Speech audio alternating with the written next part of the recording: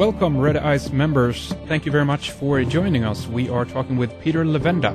We have been talking about China primarily, both the geopolitical scene over there, and also, of course, about some of the spiritual traditions and some of the Chinese alchemy and so forth. In this segment, though, in this hour, we're going to shift gears and talk about Peter's latest book called The Secret Temple, Masons, Mysteries, and the Founding of America. And I guess in one way, Peter, I would just like to begin to ask you about more generally about there's so much information out there right now on the Masons. This is beginning to be popular, as it were, not only through all the Da Vinci Code books and the angels and demons and all this, but why did you feel you wanted to dive into this area? Did it connect so much with your previous work on Sinister Forces and also on Unholy Alliance that you felt there was time for an update and bring the Masons into this, or what's your angle on this, so to speak? Well, you're exactly right. There was so much in Sinister Forces and Unholy Alliance. Unholy Alliance dealt with the Masons to a certain extent because of the Masonic movements in Germany and the suppression of the Freemasons by the Nazis, but also Sinister Forces dealt with this concept a little bit, and I felt that I really wasn't approaching the subject well. I mean, it's a kind of word where you say Freemasons and everybody has a fixed idea about it, and there's no more need for conversation. So I felt that I had to clarify my own thoughts about Freemasonry and try to understand something which by its very nature resists being understood. It's a secret society, or a society with secrets, as they say. So how do we, who are not Masons, approach this subject matter, especially now that it's become such a boogeyman for so many people? I spent time in Indonesia since we last spoke, and in Indonesia there is a group, a small group of people who are very interested in ideas like Freemasonry, and they share the same suspicions about Freemasonry in this Islamic country as you would find in Germany in the 1930s or in the United States this year. There are some of the same ideas. Freemasons are out to control the world. It's a worldwide conspiracy. It's a conspiracy together with the Jews and the Zionists to control the world. I mean, all of these ideas are there in these books that are being written in Indonesia, showing pictures of the U.S. dollar bill, and the pyramid on the back and the eye in the triangle. I mean, the stuff could have come right out of any of the conspiracy blogs in the United States or anywhere in the West. And yet here it is in a country which has not seen a Freemason, I don't know how many years, and certainly not seen very many Jews. And yet they've built this whole propaganda machine. So I said to myself, what does this mean? Why is everybody so concerned about Freemasons? When I was growing up, there were Masons in small towns in America, and it was like a society people joined to get business contacts and to network, that sort of thing. I never looked at it as particularly sinister. It's only with the passage of time that it's become that way. And then I realized there's so much misinformation about Freemasonry as there is about America itself. And the reason America had a revolution against the British is America a Christian country, which is something that's come up in this country now constantly. We are constantly dealing with this issue of, America being a Christian country. Well, the Founding Fathers did not intend for it to be a Christian country. That was the whole point. And I think it's a point that's been lost. So I went back and I said, well, I wrote about the Stairway to Heaven. I wrote about initiation. I wrote about spiritual processes, spiritual transformation.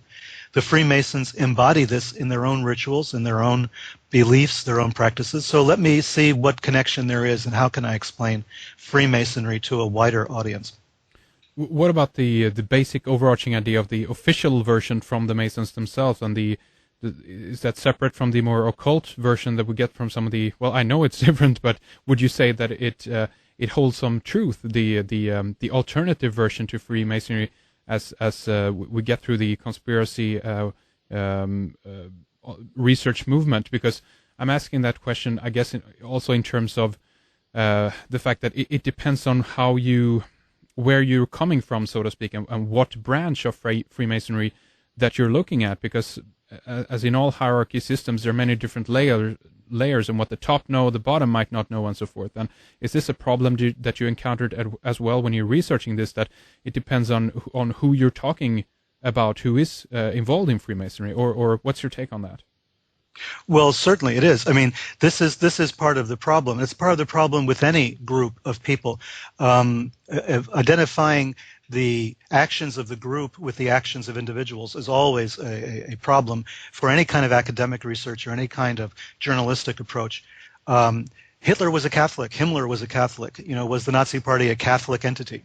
I mean, where do you draw the line? I mean, where do you identify motivation?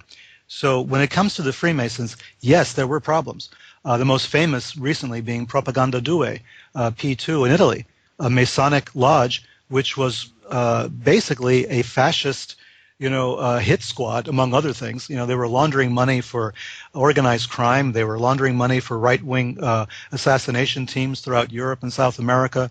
You had neo-Nazis and Nazis belonging to this group. You had all sorts of strange people, and they were all Freemasons. They were all more or less legitimate Masons who were members of this lodge. So, including many Catholic officials and hierarchs. So you ask yourself, is that Freemasonry then, in that case? Well, those were Freemasons, and that was a Masonic lodge that operated with impunity. Garibaldi, the famous unifier of Italy and the liberator of Italy, was himself a high-ranking Freemason, as was, of course, George Washington, and so many members of our founding fathers in the United States were Freemasons. Does that mean it was a Masonic movement? The answer to that question is not a simple one. I would have to say that the American Revolution was largely inspired by Masonic ideas and Masonic principles, which were themselves Enlightenment principles. Benjamin Franklin famously belonged to a Masonic lodge in Paris, which was notorious for being a libertarian kind of lodge that numbered Voltaire among its membership. So you had this idea of anti-monarchy, not anti-government so much, but anti-monarchical and anti-clerical ideals that led to the formation of Freemasonry in the United States, and which led directly to the revolution. Masonic lodges were laboratories where like-minded people discussed these ideas, where they gathered together. They had meetings there. The Boston Tea Party was organized out of a lodge in Boston, Massachusetts. So the Masonic involvement with our revolution is so strong that you have to say to yourself, well, the Freemasons can say they're not political, that they don't get involved in, creating governments or overthrowing governments, but my goodness, in 1776, they certainly did. And in Propaganda Due in 1986, they were certainly involved in these things. So the answer to that question is difficult to answer. If you go to your local Masonic lodge, believe me, they have no clue about any of this. And they largely have no clue about their own rituals and what they mean. That's what I've heard too, yeah. Yeah, they don't know. They're just doing this. I mean, they know it fulfills them somehow. But you'll ask many Masons, say, we really don't know where our rituals came from. We don't know what they mean, in the greater scheme of things. The occult, esoteric aspects of it, they are clueless about. So Masonry is a very difficult subject in that case. Well, absolutely it is. I mean, and I do want to get into a little bit of the rituals later, the initiation process, potentially the roots of it, if you've come any closer to an answer in terms of that. But what about this idea that Freemasonry has reformed then? Has it become something else today than it was back in 1776 or what have you? Because what you mentioned here about this idea that they were revolutionaries in that sense, they were going against the grain, that's what we're being told at least, but when we look at it today, we have so many royals that are heads and grand masters and grand protectors of different orders. We have the British royal family, Duke of Kent and so forth, who are the Grand Master of the United Grand Lodge of England, and so today that doesn't, to me at least, fit into the picture then. Even Oddfellow here, we have up in Sweden, there are royal protectors of that order as well. So what has happened here? Something has obviously changed then, or have we been sold a lie? What's your take on this? I think that in 1776, it was a different Freemasonry than exists today. I think in 1776 there were very strong ideals and very strong opinions about the rights of human beings.